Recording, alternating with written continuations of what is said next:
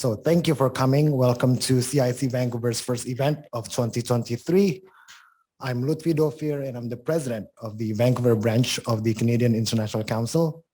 And let me just begin by acknowledging that we are meeting on the unceded and traditional territory of the Musqueam people who have called this land home for thousands of years.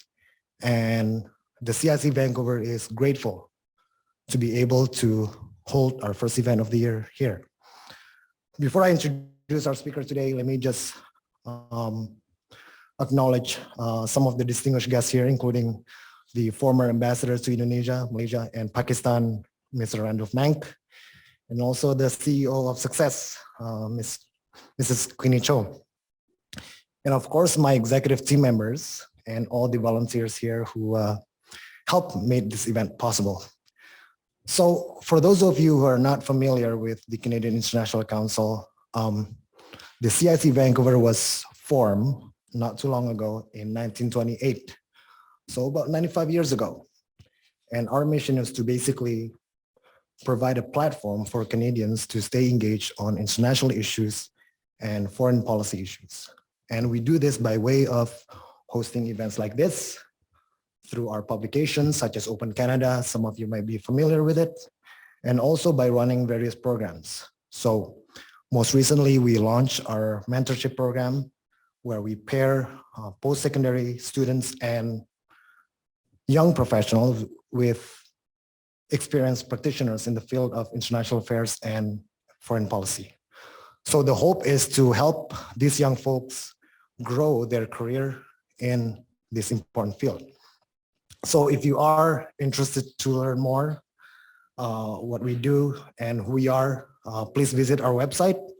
Also follow us on social media or maybe speak to me after this event. And we are very excited to welcome you as our new members if you guys are interested. So the theme of today's event is key foreign policy challenges for Canada in 2023 and beyond. And we thought that this is a very appropriate and important topic to be discussed and explored in our first event of this year because we are dealing with a profound foreign policy challenges that may or could have impact on our economy and our national security. 2 days from now will mark 1 year since the Russian invasion of Ukraine began. And as we all know, this event has created a serious or massive humanitarian catastrophe across Europe and beyond. And it has also had an impact on our economy and on our national security. At the same time, there is intensifying strategic competition between the US and China. There is also an opening up of the Northwest Passage due to climate change that made the situation in the Arctic more precarious than ever. We have a new Indo-Pacific strategy, but the Indo-Pacific region itself has its own geopolitical flashpoints and challenges, from the one in Taiwan Strait, the Korean Peninsula, and also the South China Sea. So to help us understand and unpack all these challenges, we have Senator Yuen Pau joining us today. And he is the independent senator from the province of British Columbia, also a member of the Standing Senate Committee on International Trade and Foreign Affairs. And he is also the former CEO and president of the Asia Pacific Foundation. And we are very grateful to have the senator joining us today. And the senator will speak for about 30 minutes, and then we can open the floor for Q&A. And I must say, I've been a big fan of the senator for several years now. I've been following your work for a number of years, and rest assured that we'll keep on following your work for next years to come. So with that, I just want to welcome our speaker today, Senator Yuen Pau. The mic is yours.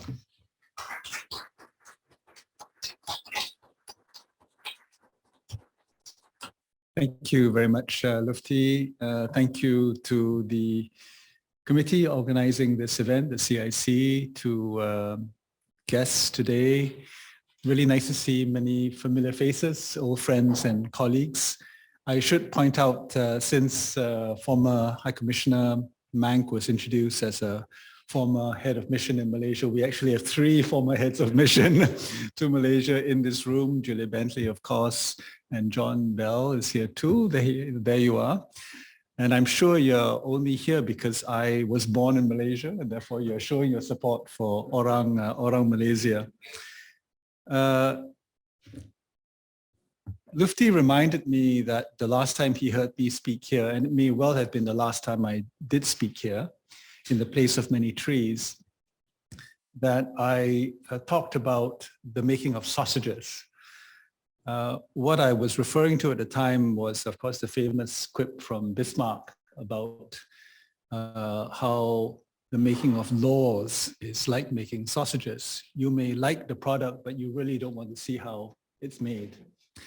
And I said it partly because it was a way of talking about how the Senate is involved in the sausage making process, which is to say that senators don't get to see the sausages until they've arrived at the end of the production line, in many cases already on the shelves of the supermarket stores. Certainly encased in the sausage encasements, probably put in the styrofoam packaging with the plastic wrap tightly around the product, maybe with the label and price tag already imprinted on the packaging. And that means that the role of the Senate and senators in general in sausage making or in law making is one that is largely of quality control and which requires a great deal of judicious consideration as to whether or not to rip apart the package, to break open the sausages, and perhaps toss the whole darn thing back to the production line for another try at it. We don't do that very often at all, and that's for a variety of reasons that are beyond the scope of today's conversation. But I mentioned that to start off my talk because our role in foreign affairs and foreign policy is even less involved than in the general process of sausage making, lawmaking on domestic policy issues. And that's because foreign policy is the prerogative of the executive. It's what they call the royal prerogative. And most foreign policy decisions never make it to Parliament. And to the extent that we sometimes dabble in foreign policy, we usually get a stern reminder from the executive to stay in our lane. That's not to say that we don't deal with foreign policy, because there's increasingly an overlap between foreign policy and domestic policy. And I will touch on that matter later in my discussion. But let me just say that to the extent we get involved in foreign policy questions, it is really to look at questions that are over the horizon, that maybe are not quite yet a question of immediate decision-making, and which allow for some reflection and further study for the current or future governments to put into practice. As one example, we are currently doing a study on whether the Foreign Service is what we say fit for purpose, whether the structure of the Foreign Service, its incentives, the way it's organized, the types of skill sets that are sought, the hiring process, and so on and so forth, whether all of that is appropriate and right-sized as well as right designed for the kind of world that we are in today. And that really is also the question that I want to pose in today's talk. Not so much whether the Foreign Service is right-sized and the right fit for the world we're in, but is Canadian foreign policy more broadly the right fit for the world we are in and where the world is heading. To that extent, the advertising for today's talk is a little bit misleading. It's my fault, not Lufti's. When he asked me what I would talk about, I said, well, let's talk about key foreign policy challenges. I'm not going to talk about all the foreign policy challenges. It's not possible, and I'm not an expert in any or all of them, but I will talk about one foreign policy challenge, an overriding foreign policy challenge, and I framed it, as I said, in terms of whether our foreign policy approach is a fit for the world we are in and where the world is heading. Recognizing our size and our capabilities is our approach to foreign policy about preserving the status quo or finding a strategic position in the evolving international order. You know, one can identify a long list of pressing issues or problems in Canadian foreign policy today. I don't have to go through the list, but Lufti mentioned some of them already. And they span, of course, all the continents, all parts of the world. But simply making a list of the problems that Canadian foreign policy has to reckon with does not amount to a foreign policy approach. It simply amounts to a list of problems that we have to deal with. What I want to get at is what I would describe as the problématique in Canadian foreign policy, as opposed to a list of problems. And the problématique, which I'm posing, is this question of whether our approach to foreign policy is fit for the world we're in and where the world is heading. Here's what I propose to do in my 25 minutes or so. I will first of all propose what I believe is the central problem for Canadian foreign policy. I will then discuss why that problem has become more acute in recent years. I will talk about what I would describe as a kind of test case for whether we can work through the problematique in a way that I think is appropriate and fitting for the world we are in and the world that we are evolving into. If we have time, I will make a small digression on some domestic implications of the current foreign policy paradigm, if we have time, and then I'll conclude with some thoughts on the immediate future. When our senior officials talk about Canada's foreign policy approach, typically they talk about the kind of values that we hold. They talk about the importance of the rule of law. Of course, this current government has a very big focus on what's known as the feminist foreign policy. All of these are important things. But I think the more important issue under which all of these issues of rule of law and values and feminist approach, commitment to international development, all of these things are subsumed under is the question of whether we are responding to a world that is increasingly multipolar, and whether our approach is one which seeks to implicitly or explicitly sustain or prolong a unipolar moment, or one which is willing to adjust to the multipolar world. Now, I don't know that I need to convince you that we are in a more multipolar world. Perhaps some of you will dispute that, but the multipolarity that I'm talking about is, of course, not just about the rise of China. There was a time, of course, when some people thought that we would be entering a G2 world where it was simply about the United States and China. In fact, the multipolarity that I see emerging and really coming on more strongly than even before is a function of China being less important, and to some extent the United States being less important as well. So we are moving away, even further away from the G2 idea because of many evident weaknesses of China that have become more pronounced in recent years, partly because of COVID and its response to COVID, and partly because of changes in a changing approach that the leadership has taken, but also we're moving away from the G2 idea and more truly to a multipolar world because of evident weaknesses in the United States.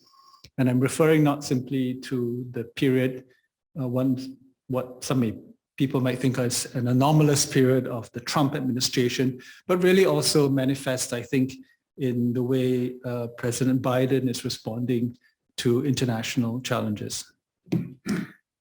Is multipolarity inevitable? Is it irreversible? Is it in fact the world that we are heading into that we therefore need to adjust to? Or is it something that can be turned around? My own sense is that it is not reversible, but I think it is correct to say that there are, the United States in particular, in recent times is doing what it can to forestall or to turn back further fragmentation of its influence in the world and to try to preserve its unipolar privilege. The most obvious demonstration of this instinct is, of course, the idea of making America great again. That slogan in itself says everything about trying to preserve unipolar privilege. But even post-Trump, I think we can see many types of actions where the motivation, and I don't impute hostile motivations, but the actions speak for themselves. When the Biden administration talks about wanting to have an absolute and sustained advantage over competitors, that to me is really another way of stating that the United States wants to preserve its unipolar position and privilege. Other examples in which you can see this preference would be in the neglect of multilateral institutions that, of course, started with President Trump, but which has continued under President Biden. We had thought when Biden took over from President Trump, for example, that the WTO might be revived as a way in which to deal with international trade disputes. But as it turns out, there has been continued neglect of the institution and a preference for unilateral trade actions that are not consistent with WTO and which I think belie a certain preference for unipolar privilege. The move towards multipolarity, of course, is long-standing. The BRICS concept, which all of you are familiar with, has been with us for at least 20 years. And the G20 was formed shortly after the global financial crisis of 2008. But all of that development has moved more quickly in recent years for some of the reasons I've already articulated.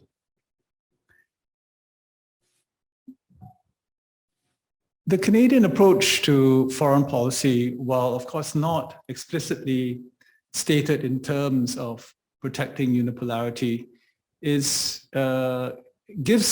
itself away because of the emphasis on really preserving and protecting the special relationship with the United States. And this is partly a function of the retreat from globalization that we see across the world, but particularly in industrialized countries. And the way in which the retreat from globalization is instrumentalized as a way to protect unipolar privilege is by the responses to the threats of globalization that are based essentially on generally protectionist actions and a kind of continentalism that looks to roll back globalization by putting up barriers rather than dealing with adjustment policy that can help transition workers from industries that are adversely affected by trade competition. So the preferred approach to the threats of globalization, to workforce adjustment, for example, is not, as classic economic theory would have it, income support and retraining, but rather reshoring of industries, state subsidies for businesses that would not otherwise be competitive. Instead of what would be a more pro-globalization response to the downsides of globalization, instead of second sourcing and third sourcing in developing countries that could use the additional investment, it is the shortening of supply chains and working with only like-minded trading partners. Instead of opening the door to greater inward investment from the global south, the current doctrine is to limit capital flows to only the areas that are less likely to help emerging countries move up the value chain, typically on the grounds of national security. It is also an approach that generally tends to sideline or to reject established regional fora where emerging powers have gained some voice or greater voice, and to instead form new regional concepts and unilateral groups where the status quo powers can assert some control.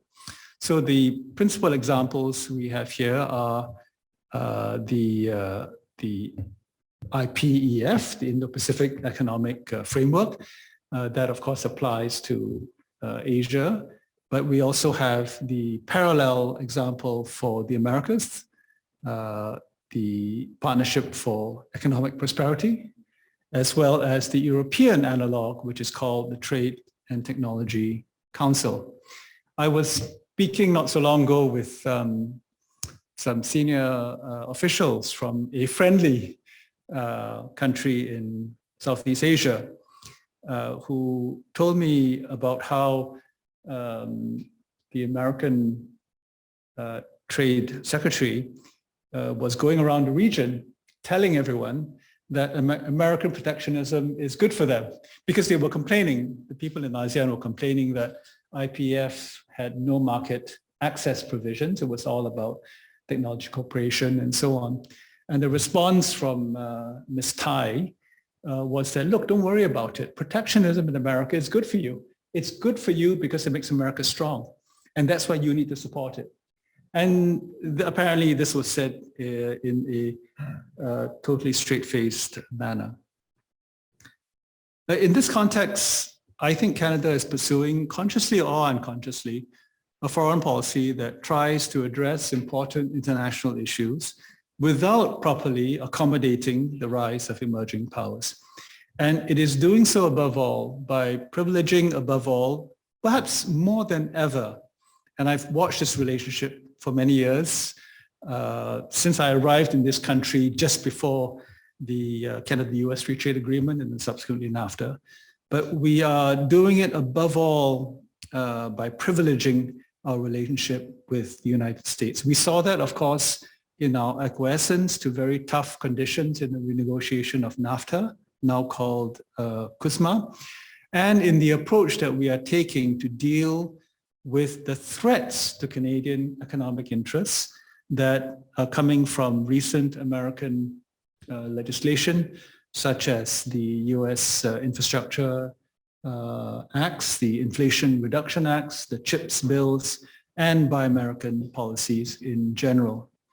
Of course, we don't talk about our approach in such crass terms, but in fact, the strategy that I'm seeing across Ottawa today is to essentially try to solve these problems privately with the Americans, these protectionist problems, you know, where the purchasing is limited to American suppliers only, to try and solve these problems without involving our other partners, say in Asia or Latin America, and to get in under the wire, if you will.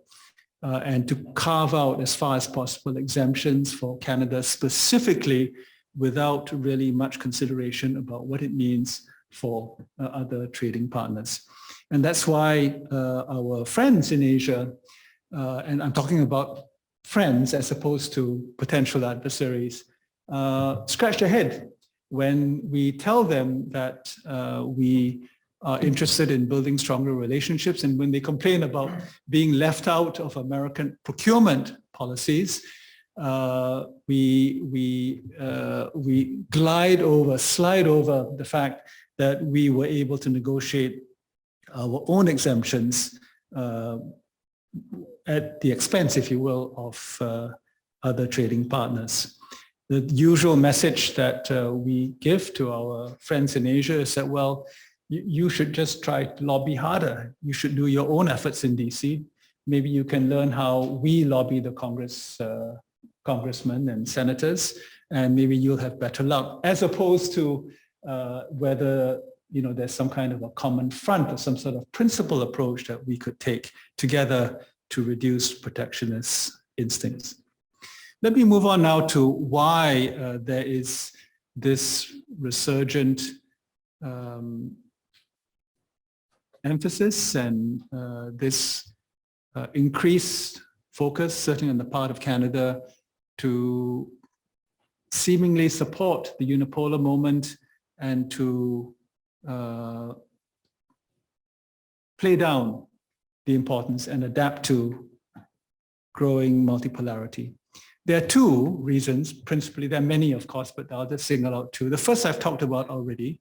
It is the particular type of response to the ills of globalization that were exacerbated by COVID and the problems around supply chains. Now, there are, in my view, there are good ways to respond to the challenge of globalization and not so good ways.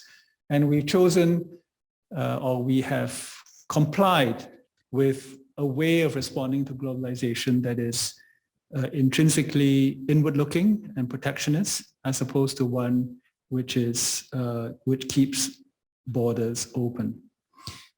The second reason is, of course, the war in Ukraine, which is a brutal and unjustified assault on that country by Russia. But the war has had the perhaps unintended effect of exacerbating inward-lookingness and a kind of rallying together of Western countries by providing a military strategic reason for closer economic interdependence among allies in areas that go far beyond military and strategic issues. So despite our rhetoric on the Indo-Pacific, we are more than ever today, Canada is more than ever today, an Atlanticist country that wants to preserve and protect the Atlantic moment, the Atlantic privilege. And I'm here looking at former Ambassador John Bell, who was our ambassador for the year of the Asia Pacific back in the old days, the last century. It's remarkable to think that for all the rhetoric that we have uttered in nearly 30 years now, what we see today is essentially greater emphasis on Atlantic approaches and thinking than before. Just as I finished preparing this speech today, I happened to see an article in the Financial Times about a poll that came out. It was produced by the European Council on Foreign Relations, and it really underscores a lot of the points that I am trying to make. What the poll tells us is that Russia's war, illegal war on Ukraine, has consolidated the West. American and European citizens, Canadian citizens, hold many views in common on many global issues, really in some senses galvanized by the joint effort to support Ukraine. Europeans and Americans agree that they should help Ukraine to win, that Russia is the avowed adversary, and that there is a commonality among the allies that should be maintained. However, this is in sharp contrast to the views of the public in the case of this poll, China, India, and Turkey, but I would say emblematic of the global south. People in these non-Western countries consider the emergence of a multipolar world to be much more probable than the emergence of a bipolar world or the emergence of a unipolar world. And this poll makes the conclusion or the summary that Western decision makers need to take into account that the consolidation of the West, which is very real, is taking place in an increasingly divided post-Western world. And that emerging powers such as Turkey and India and China, but I think other countries as well, will act on their own terms and they will resist being caught in a battle between the United States and China. To quote the study, the West may be more consolidated now, but it is not necessarily more influential in global politics. The paradox is that this newfound unity is coinciding with the emergence of a post-Western world. The West has not disintegrated, but its consolidation has come at a moment when other powers will not simply do as it wishes. I don't think this is really news to a lot of people, but it's not clear to me that our foreign policy problematique has understood this reality, and certainly not clear to me that the actions that we've taken, the priorities that we have identified correspond to an understanding of this sort.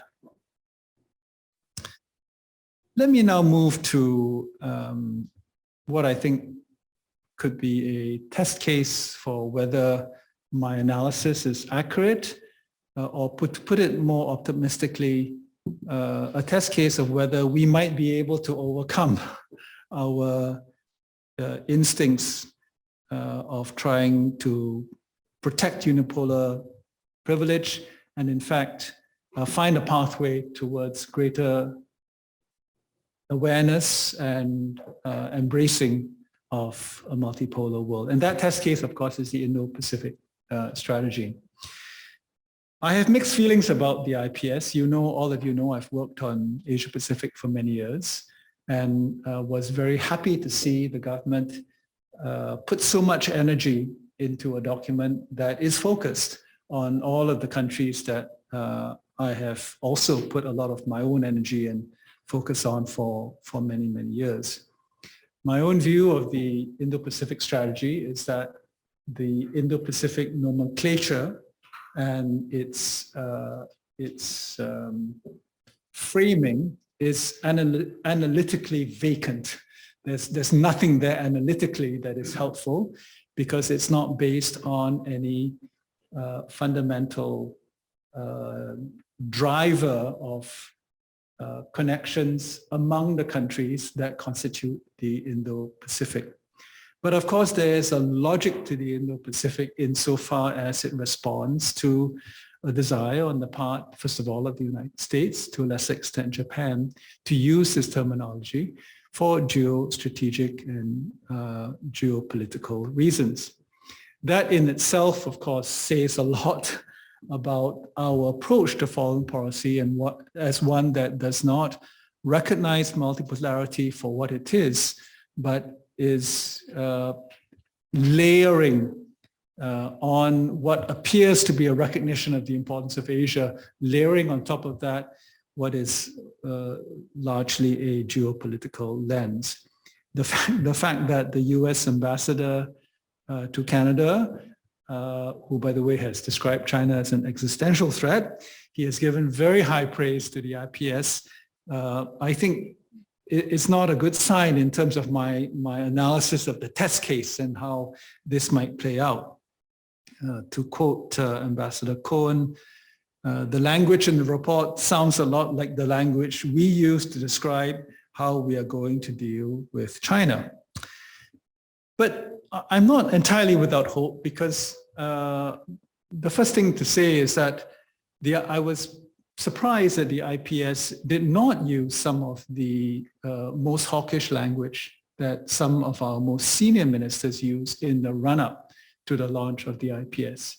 You may remember that both Minister Freeland and Minister Champagne took a very hardline position, really a position that was in lockstep with the United States, where they called for friendshoring, the return of manufacturing to North America, and an approach to international relations that was based on the dichotomy between democracies and autocracies. And they said all of this, I think, in the context of what's the IPS going to look like. So when those statements came out, I was almost certain that we would see a document with that kind of language. As it turns out, we did not have that language in the document, and that may reflect a certain ambivalence or a certain hedging on the part of cabinet to leave open the possibility of an approach that is in fact more embracing of a more diffuse power world, which is why I try to maintain a certain amount of hope for the IPS as a measure of moving in a different direction, the direction that I'm advocating for. But the IPS, the Canadian IPS in itself will not produce the kind of demonstrable commitment to multipolarity that is needed because it is the wrong analytical framework. You cannot, as a strategy for diversification, the IPS does nothing because it is at such a high level of generality that you cannot possibly come up with a meaningful approach to, say, increasing trade investment with ASEAN or developing technology linkages with India or improving supply chain resilience and cooperation with Korea and Japan.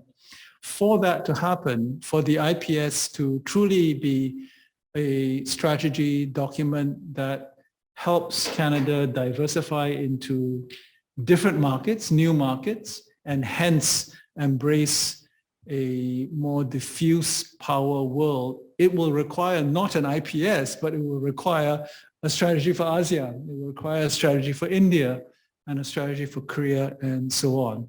But instead, it would appear that we have used this overarching framework because of the need to send a signal about our commitment and our alignment with different kinds of geostrategic objectives.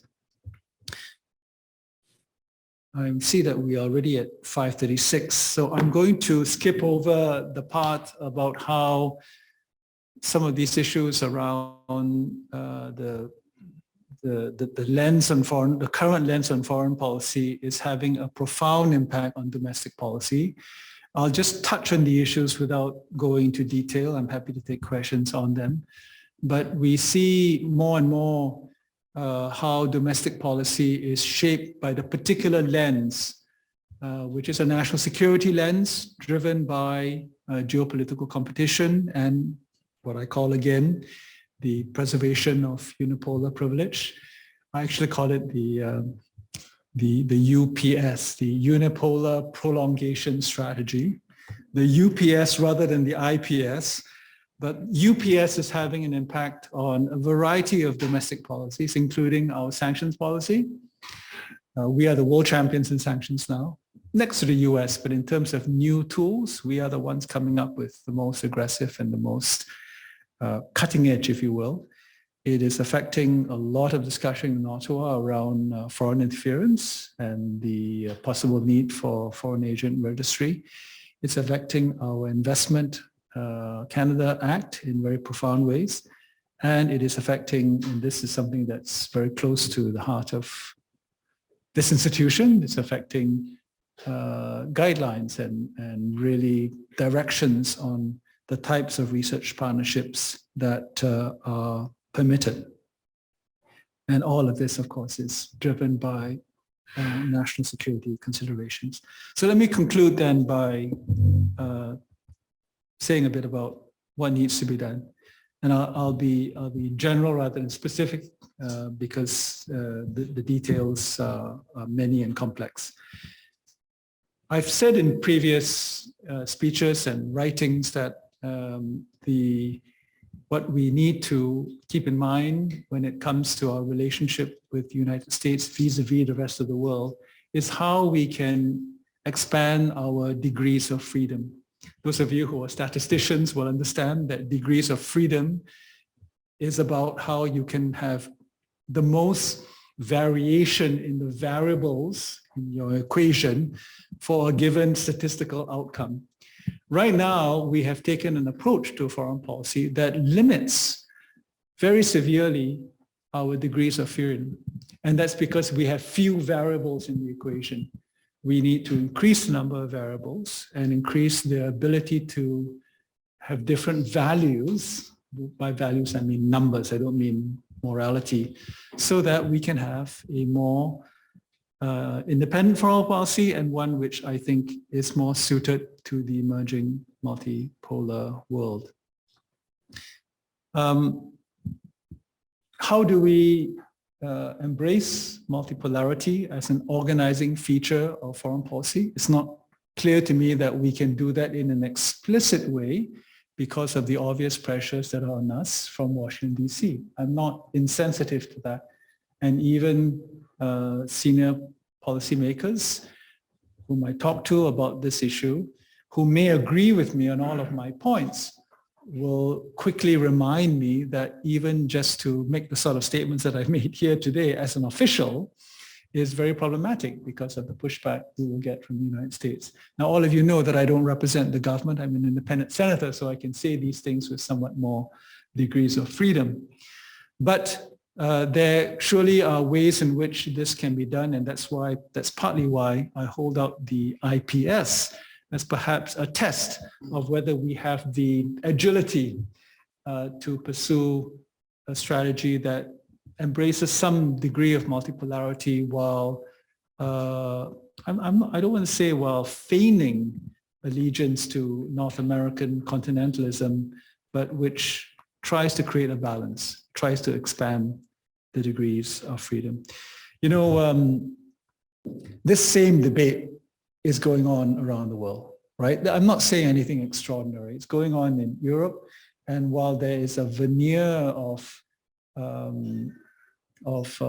Western solidarity around Ukraine, I mean, that's real. There is solidarity around Ukraine.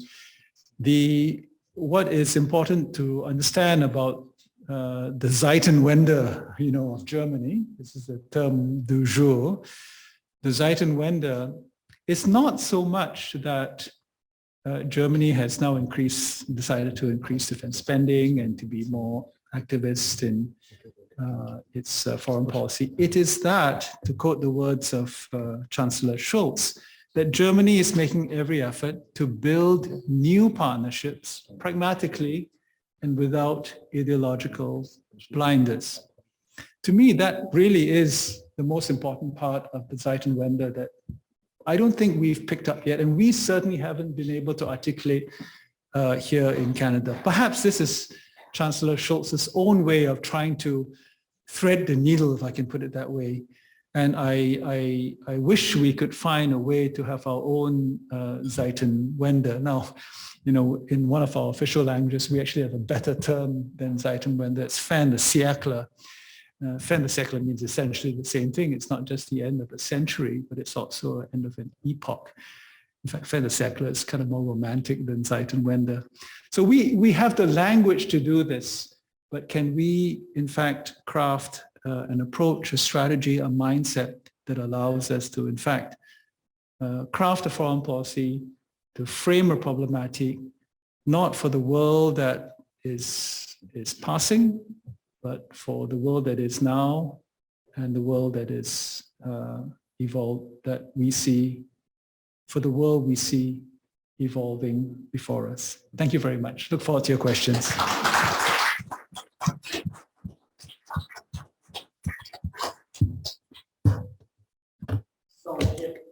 you have any questions or if you want to state your question, please state your name and your affiliation, and my colleague Sally will come and give you the mic. So please raise your hand if you have any questions. Let's start with Elmo. I'll do it. Why not? Excellent presentation. Do you have trouble hearing me? Do you need a mic? Okay. What you have laid out for us is so much on point for someone who spent a career in global affairs that I really applaud you as an individual for what you've presented and your perspective on this. It takes me back to our last foreign policy review when I was the head of policy and I was asked to quarterback this. And we had to face exactly what you've described.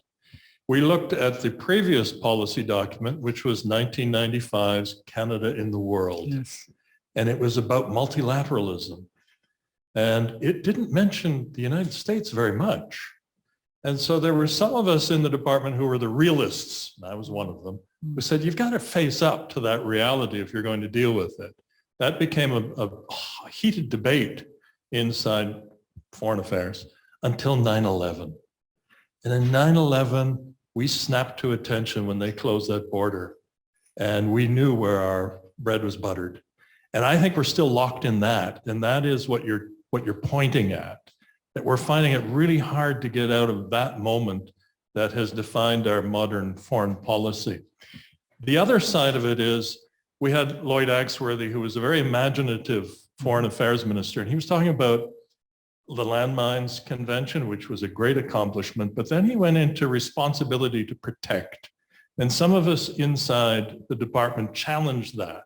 Where are we going to protect? It's not just words, where are we going? And so at what point do we face the reality and resist fantasy in our foreign policy and yet somehow keep the bilateral relationship on which we depend so greatly economically and security-wise and do something meaningful multilaterally without getting off into some strange universe of fantasy? Your thoughts? Well, you've given a much better version of my speech in 2 minutes than I did in 25. But that is the central problem, and I probably glossed over the difficulty that our officials have in pursuing the kind of vision that Randolph articulated, which I've articulated, even if they believe in it. And because the gravitational pull, and not just gravitational pull, the hard economic, security, and political reality of being so closely tied to the United States forces us to wake up and just shake our heads and say, we can't do this. But that's why I am not advocating some kind of decoupling from the United States. I'm not by any means turning our back on the central importance, the overwhelming importance of the United States for the Canadian economy. I'm talking about how we expand our degrees of freedom. I'm a bit of a statistician, and if you don't create more variables, you will end up with fewer variables by definition, and you will be trapped. And I cannot tell you all the different variables we can create, but every time we have an opportunity to find that space, we need to create it. Because you never know when that space will provide us with a way to then find a path that is entirely in line with our interests and which doesn't run dramatically counter to the United States. There's another thing that I will mention, and this maybe is a little bit in dreamland, but there are periods in our history, in our relationship with the United States, where we have been able to provide an example for the Americans to curb their own excesses. Okay, now, look, we can't go to DC and tell them what to do. Forget that, right? We can't preach to them. But America has a political dynamic that creates pendulumic swings, which are not good for America. They happen particularly on national security issues, but they happen also on economic policy. We are in one of those pendulum swings where I think Americans themselves will come to realize that they're going too far in terms of their response, the economic response to the threat from China, but also the whole issue of whether American supremacy should be maintained. I think they are going too far on many of the national security issues, both internationally as well as domestically. And if our instinct is to just follow them lockstep, then there's no way in which they will pick up an example from us that maybe we went too far. So, for both pragmatic reasons and idealistic reasons, we need to think always about how we can maintain our degrees of freedom to protect our interests, but also, if I can put it this way, to help America. Next question, raise your hand. Let's go with Bina. Thank you very much, Senator. I'm Dina Najibola. I'm an adjunct professor here at the School of Public Policy and Global Affairs. I want to continue on the question that was already asked. And I guess I want to challenge a little bit more if I can. Because this notion that our instinct to follow US, I'm not sure it's an instinct. I think you're undervaluing values and ideology, that it's a lot more. So if let's go with a scenario of multipolarity, and there is an idea now that the non-geographic West is one polar. And yes, it's led by the US, but under a Biden type administration, it's one where Europe and Japan and Australia and Canada have a voice.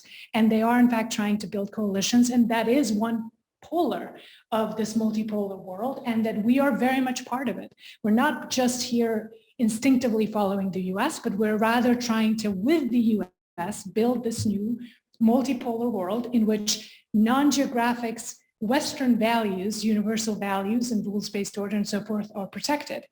And the competition or the reversal from globalization is not a knee-jerk sort of protective environment, but rather it's framed as protecting us against adversaries who are gaining. So the competition is not with Japan as much or not with Europe, even though there are tensions. I guess I'm offering an alternative perspective in that in this version of Canada must adapt to a multipolar world. One could argue, and I would argue that we are adapting by asking the US and Europeans and others to engage much more collaboratively and to use international institutions where we can and to create new ones where we must and have multilateralism and minilateralism when appropriate, right? So it's an alternative scenario in which I guess I'm questioning kind of the framing of this as an instinct and an overprotection of unipolarity rather than maybe an ideological and a values-based and interest-based, given that 80% of our trade is with the US, and second to that is Japan, and third to that is EU, all of which are part of non-geographic West. So for me, and I found your comments extremely thought-provoking, and I'll be reflecting on them further, but my initial instinct is to offer this and to get your thoughts on ideology, values, and this other framing of multipolarity. Yeah. Thank you. Well, let me start with the values question. It's for sure the framing of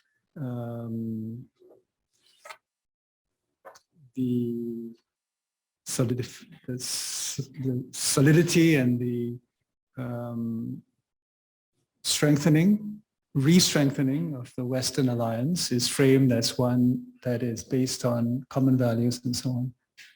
But as I already pointed out, the way in which our European friends are pursuing their ideological compatibility, especially in terms of the war in Ukraine, is by pursuing strategic autonomy. The outcome, now they're not there yet because they need the American umbrella, but what do you think is the the trajectory of Zeitenwende if Germany does in fact go up to 2% military spending or GDP. And France does the same, and Holland, and so on and so forth. So while there is a commonality in terms of the shared values, again, with respect to Ukraine, the trajectory and the outcome, the intended outcome, I think, for some members of the alliance are different from what Canada is experiencing. In Canada, the response, again, based on similar values, in fact, allows us to be even more dependent on the US and to pursue a strategy that is essentially continentalism max. And what I do, and I don't say this in a way that is judgmental, because the interests come in as well, and interests in this sense are quite separate from values, because if our values are to maximize welfare for the world by providing opportunities for the world to trade with us, we should not be pursuing a protectionist strategy. We should not be pursuing a strategy where we can get in under the wire, so that because there are exceptions for us on EV purchases, for example, but never mind about the Koreans. Let them fight for themselves. No, I mean, isn't that one of our values? Open trading system, rule of law, maximum opportunities for other countries to go up the value chain and to gain prosperity? It is. But here, interests have trumped values. We've chosen a path that will for sure protect our interests. And I salute our negotiators for doing that. And when I talk to them, I encourage them to pursue that idea, because we do need to protect our interests. But this is the central dilemma for us. It does not correspond, I think, to where the world is going. So let me leave it at that and see if there are other questions.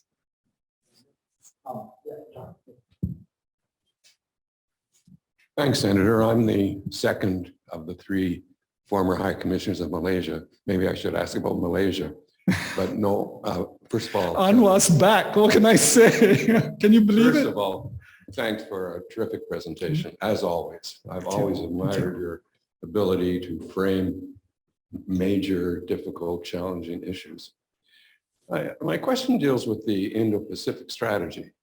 If I understand your comments on this, it's a great document, but it doesn't do enough on an individual country basis with specific strategies that would somehow promote a more multipolar approach. Could you elaborate a little bit on that? Yeah, well, in the run-up to the IPS, there was a debate around what was the point of an IPS. And on the one hand, some advocates of an IPS said, well, it should basically be a containment document. Let's not make no bones about it, right? This is about how do we manage the disruptive rise of China by articulating our like-mindedness with other countries in the region and show China that we're willing to counter them. The government chose not to go that route, certainly not explicitly. Instead, what it chose to do was to frame it mostly as a diversification strategy. I'm not sure the word is used in the IPS, but that's kind of that's how they're selling it. Let's put it this way. Yes, it does mention disruptive China. It talks about increasing military presence. It does talk about peace and security, but in a rather cursory way. The core of the document is about how we want to develop more robust trading and investment and economic and trade and technology relationships with Korea, Japan, ASEAN, and India. But an IPS cannot do that because the Indo-Pacific as an analytical frame tells you nothing about what ASEAN has in common with Korea or with India and how you could increase trade or technology with them. It tells you nothing. And that's why, as a diversification document, it falls short. But I understand the politics of it. I understand we had to have an IPS. And I credit the officials for treading this needle in a way that gives them the space to then come up with real strategies to improve trade and investment with, say, India, which, by God, it's not going to be easy, right? And it's not going to be done simply by saying that India is an important partner and is going to have the largest population. That's not going to do it. Likewise with ASEAN or Korea or Japan. And that's why I maintain a kind of cautiously optimistic outlook on the IPS. I'm trying to put myself in the shoes of our foreign minister and the senior officials who have to say what they have to say and yet have to pursue a strategy that is between the lines, if I can put it that way. Next question. Let's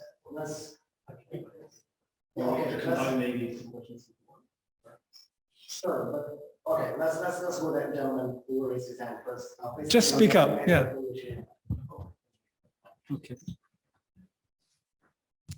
Thanks, Senator. That was fascinating, very nuanced talk. It makes me wish that you were more involved in the actual sausage making, but I'll leave that to you.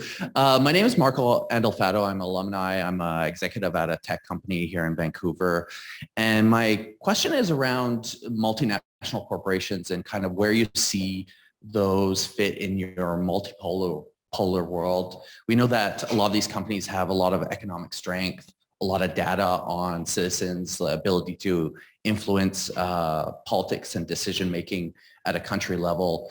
Do you see multinationals as separate actors within kind of this multipolar framework, or do you see them as tools of government? Like, how does that fit into kind of your thoughts on this kind of new order? That's a very good question. It's a very big question. What I would say is that the notion that many people had about the relative autonomy of multinationals as an independent actor and influencer on global affairs, I think that view of multinationals has diminished significantly in recent years. And there's a recognition that the revenge of geopolitics trumps whatever autonomous power and independent action that multinationals had claimed to have, or that scholars had thought multinationals had. But what is happening with the multinational community is that they are looking at ways in which they can bifurcate or trifurcate or quadrifurcate their operations precisely so that they can deal with the different operating environments that we are entering into. So I've had many conversations with senior executives worried about differential operating practices in the United States on the one hand, in Europe on the other hand, and in Asia, but China in particular. And the preferred strategy, some of them, of course, are exiting. I mean, I recognize that Russia is a special case and exit appears to be the principal response. But I think the more common response you will see is an attempt by these very large corporations to fractionalize the operations so that they can, in fact, operate in different jurisdictions, maybe or maybe not under the same name, but operating under different rules. Thank you, Senator. Another one. You started out with a question. Oh, thank you. So you started out with a question, and again, my name is Miguel Rosso, and the question was around whether our foreign service is also fit to lead into the 21st century. So for a bit of context, I actually have worked with the UN, also with with GAC, and most recently got to speak at some of their international forums. So I try to stay looped in as much as I can. And so do you think that we're missing an opportunity to engage Canada's diaspora community, for instance? So for instance, folks that have the language and the intercultural skills in order to hit the ground running, for instance, what can we do to make the Foreign Service perhaps a little bit more equitable, perhaps to also tap into the talent across the country, also here in the West? And are there any other opportunities missed that you see as well? Thank you. Well, the person who has all the answers is actually sitting over there. He testified at a hearing on this subject and gave us, I think it was 10 or 12. Was it 12? 10 points to consider. But on your specific question about tapping into the diaspora community and people, typically immigrants to Canada, who come with built-in cultural sensitivity and language skills and access to context and so on. I raised the issue with Minister Ng, and immediately got a huge negative backlash from my official language advocates who do not want to see or thought that I was saying that I was trying to diminish the importance of French. I'm not trying to do that. I mean, I think it's possible to bring in recruits who have these cultural and language skills other than English and French, and then to require them to do the type of French language training that they will need if they want to rise up the ranks. But there's a bigger question around whether our Foreign Service is fit for purpose. Read the report when it comes out, but I can already tell you that some of the key questions have to do with whether or not we need a Foreign Service that is essentially generalist in nature, or whether we need more specialist skills, and striking the right balance between the role of a department that is focused only on diplomacy versus the exploding amount of international activities that are done by other government departments who have a kind of diplomatic work that they do as well. And I don't think the government of Canada has properly found the right balance between those two.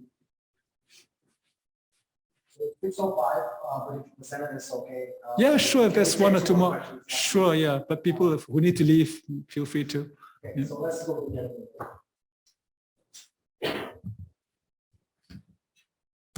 Thank you, John Arthur. I'm a longtime CIC member.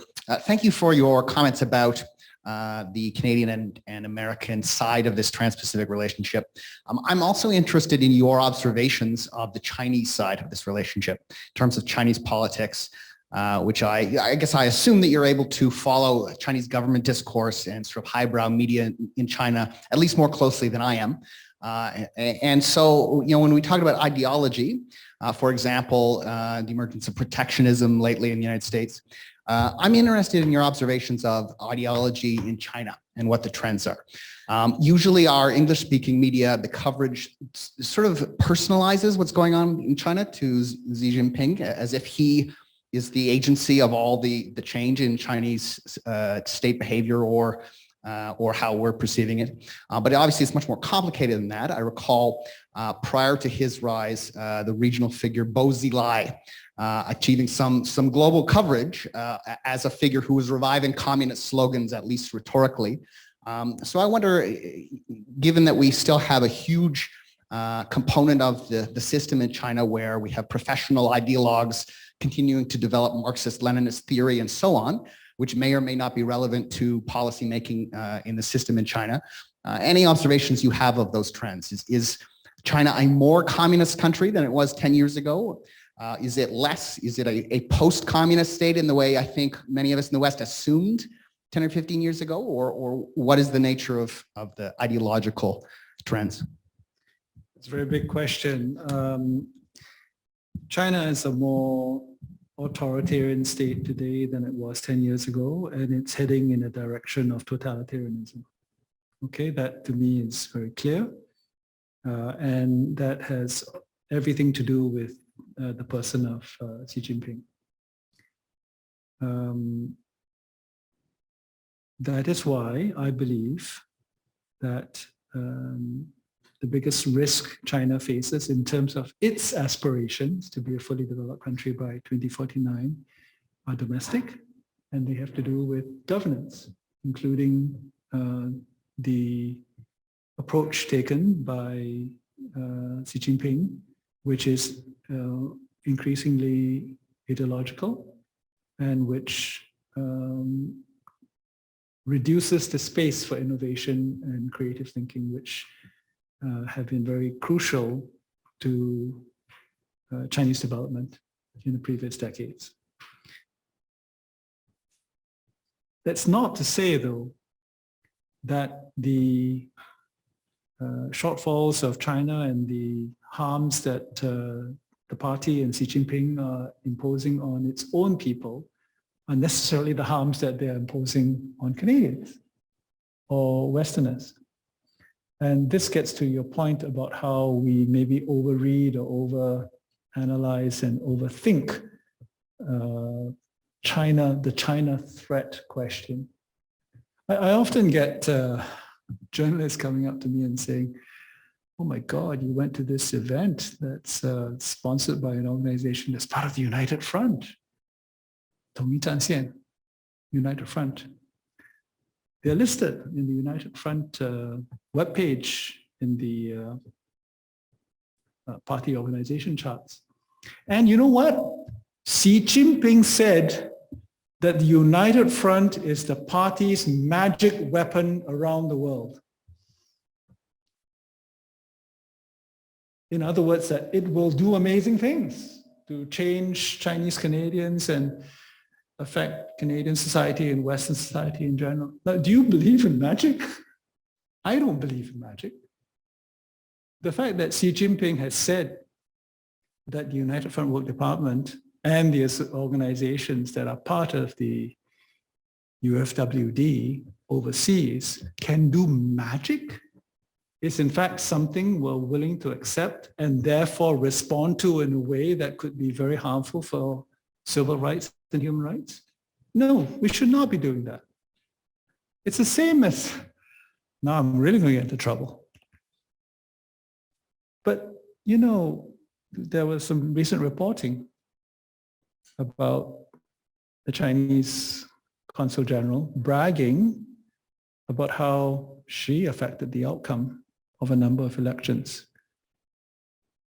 You really think that she has the power to affect the outcome of elections?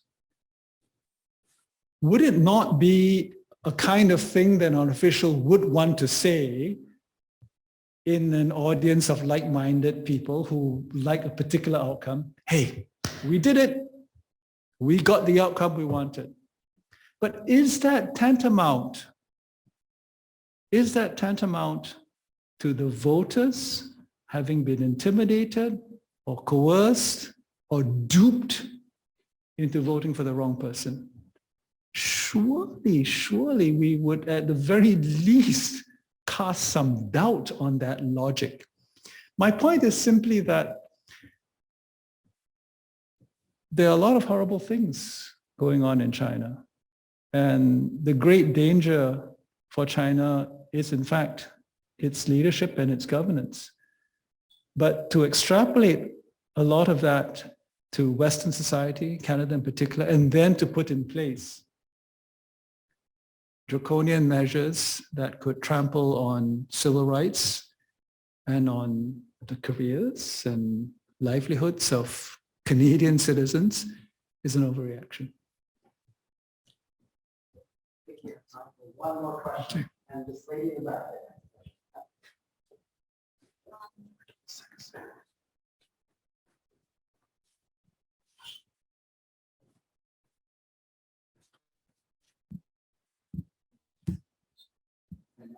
Oh, hi, Senator. Thank you so much for a terrific presentation. I'm a student studying international relations, and I'm really interested in the war in Ukraine right now. I was just wondering, like, what does a win for Russia mean for Canada's national security? And what does the opposite also mean? Like, if Ukraine actually does win the war, how will Canada's national defense and basically defense aspirations change? Canada's defense aspirations and posture has already changed because of the war. And it's changed by way of a greater commitment to NATO, increased investment on defense spending, and greater attention to security issues in the Arctic. It's also influenced our views on other conflicts that it might emerge, particularly in the Indo-Pacific region, and Taiwan is Exhibit A.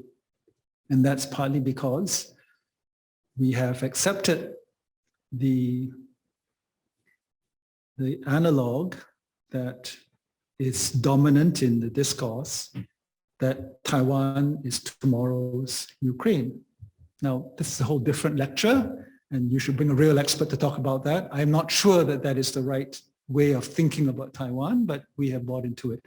And to the extent that we have bought into that, to the extent that we are very passionate supporters of Ukraine and helping them defend themselves as we should be, our posture has already changed. I'm not going to prognosticate on what kind of outcome the war will lead to and how that will further change Canada, because I don't really know. But the only thing to say here is that this survey that I referred to, I encourage all of you to look at it. It's produced by the European Council on Foreign Relations together with St. Anthony's College at Oxford.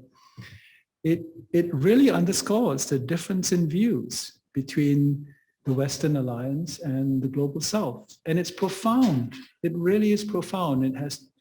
It's something that we are uncomfortable with and we do not like. But if we don't wrap our arms around it to try to figure out why it's happening and what it means for our interests, surely our foreign policy is going to be worse off because of that. All right. I guess that wraps our event today. Please give a hand. So thank you, Senator, for that very insightful and thoughtful remarks and answer. I just want to say thank you for everyone for coming out here, and also for Tony Southgate, our former treasurer today, last year, who decided to step down as of this year. But Tony was with us for more than 10 years. So I just want to say thank you, Tony, for everything that you've done for the branch. And also, again, this is our first event of the year. After about 1 year, we didn't have in-person event, but rest assured that going forward, we will have more in-person events. In April, we will have an in-person event again. So please stay tuned, follow us on social media, visit our website. And again, thank you very much for your time, and see you again in the next speaker series, CIC Vancouver. Thank you.